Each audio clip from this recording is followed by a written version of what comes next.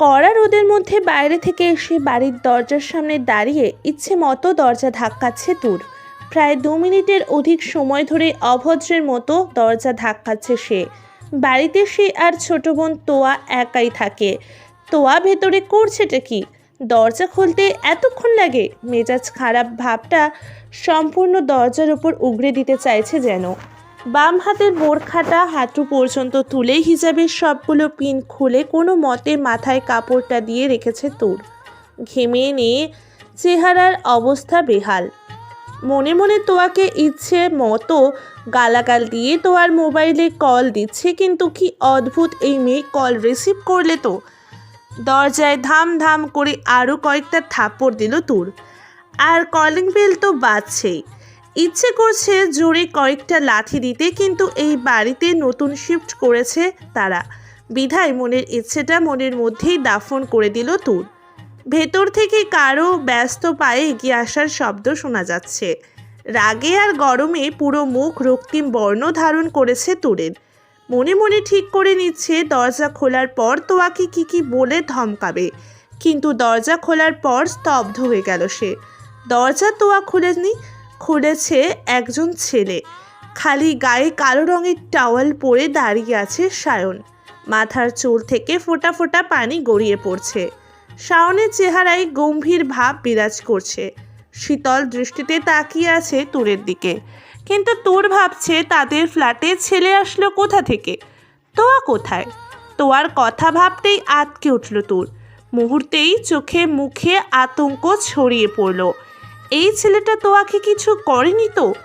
সায়ন কিছু বলার আগেই তোর রুমে ঢোকার জন্য দৌড় দিল, কিন্তু ঢোকার আগেই দরজায় বাধা পড়ল। সায়ন দরজায় হাত দিয়ে দাঁড়িয়ে আছে। তোয়া, তোয়া, আমার বোন কোথায়? আপনি কি করেছেন ওর সাথে? আর আমার বাড়িতে দাঁড়িয়ে আমাকে এই রুমে ঢুকতে দিচ্ছে না কেন? দরজা থেকে সরুন। তোর রুমে ঢোকার জন্য ছটফট করছে। সায়ান গরম গরমে গলায় বলল, এই মেয়ে, পাগল আপনি? অপরিচিত মানুষের দরজায় এভাবে অভদ্রের মতো নক করছেন? আরেকটু হলে তো দরজাটা ভেঙেই ফেলতেন। আমার ফ্ল্যাটে দাঁড়িয়ে আমাকেই কথা শোনাচ্ছেন, আপনার সাহস তো কম না? তোর এক পা পিছিয়ে মাথা উঁচিয়ে দরজার ওপরে তাকিয়ে দেখল flat number 6A। তুরের flat 5A। 5 তলার বদলে 6 তলায় এসে তাণ্ডব চালিয়েছি বুঝতে পেরে জিপ কেটে এক দৌড়ে 5 তলায় নেমে আসে সে। তাদের ফ্ল্যাটের দরজা খোলাই ছিল। দৌড়ে ফ্ল্যাটে ঢুকে দরজা বন্ধ করে হাঁপাতে থাকে তুর। তোয়া ঠান্ডা শরবতের গ্লাসটা এগিয়ে দেয় তার দিকে। তুর এক নিঃশ্বাসেই পুরো গ্লাসটা খালি করে ফেলে। কি রে আপু, আজকে তোর আসতে তো লেট হলো যে? পরীক্ষা কেমন দিয়েছিস? তুর তোয়াকে সবটা বলতেই দুই বোন পেট ফাটা হাসিতে ফেটে পড়ে। ভার্সিটির গেট দিয়ে প্রবেশ করে চারদিকে অবাক দৃষ্টিতে তাকিয়ে দেখছে তুর। দু চোখ ভরে দেখছে স্বপ্নের ভার্সিটি। নিজের স্বপ্ন পূরণের আরও এক ধাপ এগিয়ে গেছে সে। খুব সকালে ভার্সিটি চলে এসেছে বিধায় মানুষজনদের আনাগোনা কম। ক্যাম্পাসে সবুজ ঘাসের বুক চিরে হেঁটে চলেছে সে। হালকা মৃদু মন্দ বাতাস, বাতাসে মিষ্টি একটা ফুলের গন্ধ ভেসে বেড়াচ্ছে। এই মেয়ে, এই, হ্যাঁ তোমাকে বলছি, এদিকে আসো। তোর অবাক চোখে কাঠবাদাম গাছের নিচে বসে থাকা তরুণ তরুণীর দিকে তাকালো। মোটা করে একটা মেয়ে ওকে হাতের ইশারায় ডাকছে। এদের কাউকেই চেনে না তোর, চেনার কথাও না। আগের ভার্সিটি থেকে ট্রান্সফার নিয়ে এই ভার্সিটিতে এসেছে সে। তোর ধীর পায়ে এগিয়ে গেল। মেয়েটা বলল, নতুন নাকি? নাম কি? তসবিহ শাহরিয়ার তুর। আমি জানি। তুমি ফার্স্ট ইয়ার? Second year. আমরা তোমার সিনিয়র। তা সিনিয়র ভাই বোনদের কীভাবে সম্মান করতে হয় জানো না তো? জানি। জারিন একটা খাম এগিয়ে দিল তুরের দিকে। তোর খামটা না নিয়েই জিজ্ঞেস করলো, কি এটা? জারিন সহ তার দলবল হেসে বলল, লাভ লেটার। চোখ দিয়ে গেটের দিকে ইশারা করে একটি ছেলেকে দেখিয়ে বলল, এটা। ওকে দিয়ে এসো। তুর ঘাড় ঘুরিয়ে ছেলেটিকে দেখল, তারপর জারিনের চোখের দিকে নির্লিপ্ত ভঙ্গিতে তাকিয়ে দৃঢ় গলায় বলল, পারবো না। জারিনের পাশ থেকে সিফাত এগিয়ে এসে বলল, এই বিয়াদব মেয়ে, তোমার এত বড় সাহস! তুমি আমার মুখের উপর কথা বলো? সিনিয়রদের কিভাবে সম্মান করতে হয় জানো না? সিফাত এগিয়ে এসে তুরকে থাপ্পড় মারতে নিলে তুর সিফাতের হাত ধরে ফেলে। হাত পেছনে ঘুরিয়ে মুচড়ে ফিসফিস করে বলে, সিনিয়রদের সম্মান করতে জানি বলেই আপনার হাতটা এখনো ঠিক আছে। সম্মান পেতে হলে আগে সম্মান দিতে হয়। আমাকে অন্যদের মতো ভাববেন না, দূরে থাকবেন আমার কাছ থেকে। তা না হলে আপনাদের কি হবে সেটা আপনারা কল্পনা করতে পারবেন না। যন্ত্রণায় কোকিয়ে উঠল সিফাত। তুর ওর হাতটা ঝাড়া দিয়ে ফেলে গট গট করে হাঁটা শুরু করলো। ইতিমধ্যেই ওদের আশেপাশে ছোটোখাটো একটা ভিড় জমে গেছে। সিফাত হাতের লাল হয়ে যাওয়া জায়গায় হাত বুলিয়ে সবার দিকে অগ্নি দৃষ্টিতে তাকিয়ে চিৎকার করে উঠল। সিফাতের ধমক শুনে ধীরে ধীরে ভিড় কমে গেল। প্রতিটা ক্লাস খুব ভালোভাবেই কেটেছে তুরের। টিচারদের ব্যবহারও খুব ভালো। টিচাররা বলেছেন ক্লাস টপার হাসিবা নামক মেয়েটার কাছ থেকে সব নোটস কালেক্ট করে নিতে। হাসিবা মেয়েটা একটু অহংকারী, তাতে তুরের কি? তার তো শুধু নোটসগুলো পেলেই হলো।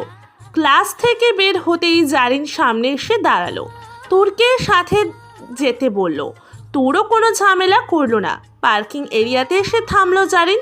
দেশের নামকরা ব্র্যান্ডের কালো গাড়ির ওপরে গর্বের সাথে বসে থাকা যুবকটিকে উদ্দেশ্য করে বলল, নিয়ে এসেছি জুবান। জুবান লাফিয়ে গাড়ির ওপর থেকে নেমে তুরের সামনে এসে দাঁড়ালো। অবাক চোখে তুরকে দেখলো। এই কালো বোরখাটার সাথে চকলেট কালার হিজাব পরা সাধারণ মেয়েটা সিফাতের মতো ছেলের হাত মুছড়ে দিয়েছে। সিফাতের দিকে বিস্ময় নিয়ে তাকালো জুবান। আর ইউ শিওর সিফাত যে এই মেয়েটাই তোর হাত মুচড়ে দিয়েছে? সিফাত নিজের হাতের লাল জায়গাটায় হাত বুলিয়ে বলল, 200% শিওর দোস্ত। ওদের কথোপকথনের মাঝেই তোর বিরক্তি গলায় বলল, আমাকে এখানে কেন ডাকা হয়েছে? জুবান আর সিফাত দুজনেই তুরের দিকে তাকালো। মেয়েটার গোল গোল মুখটায় বিরক্তি ভাব ফুটে উঠেছে।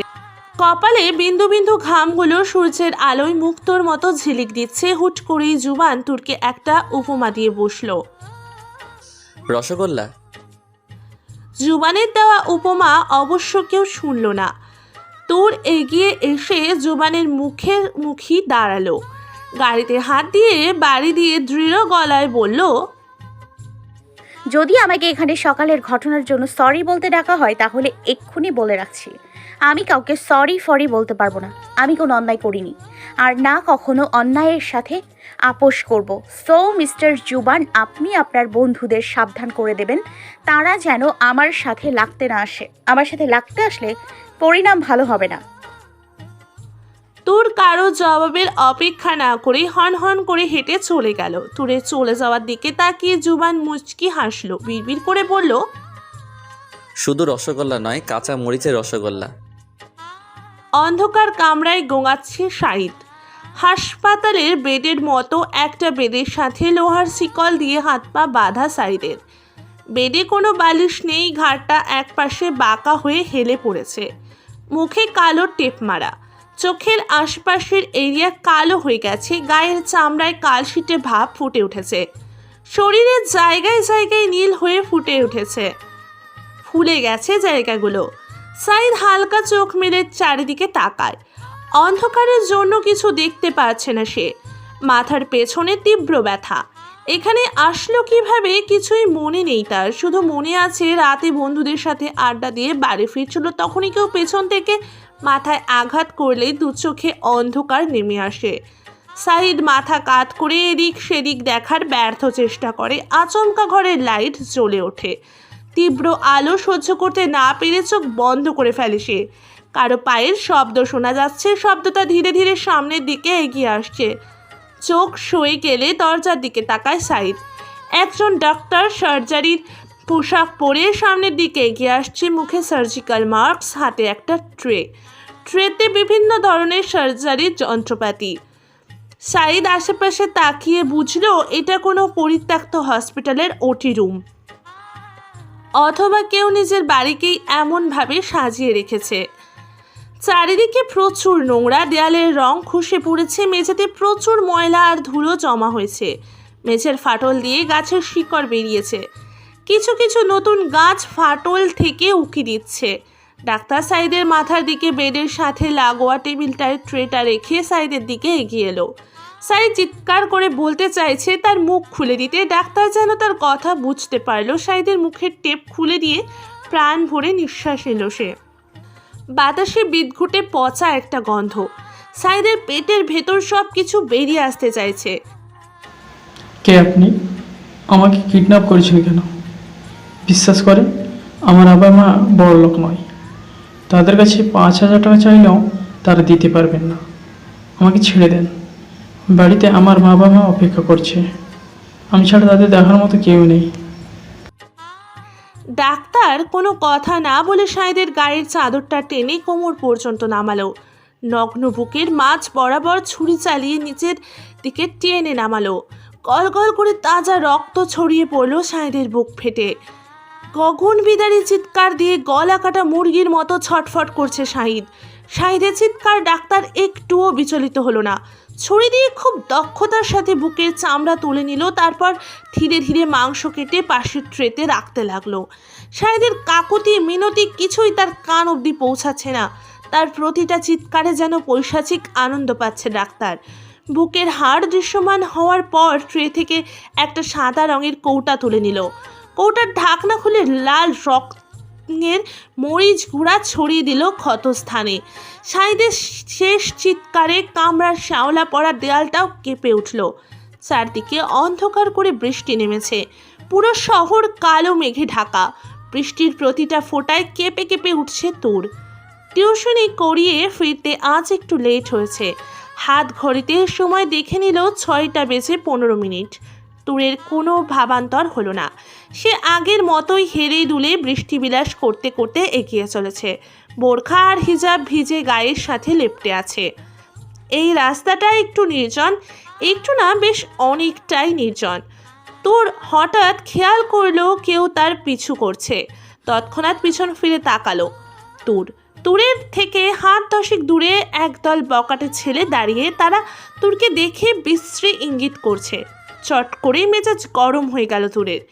এখানে বকাটেরা সংখ্যায় 3 জন। এদের চেনে সে, শাকিল, মারুফ আর সবুজ। ওরা সব সময় এখানেই বসে নেশা করে আর পথচারী মেয়েদের বিরক্ত করে। এই ভর সন্ধ্যায় নির্জন জায়গায় তুর কোনো ঝামেলায় জড়াতে চাইছে না, তাই চুপচাপ হাঁটা শুরু করেছে।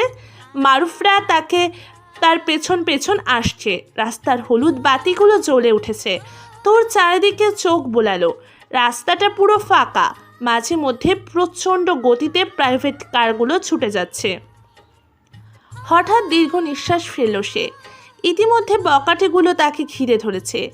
বিশ্রীভাবে হাসছে তারা, বিশ্রী ভাষায় কথাও বলছে।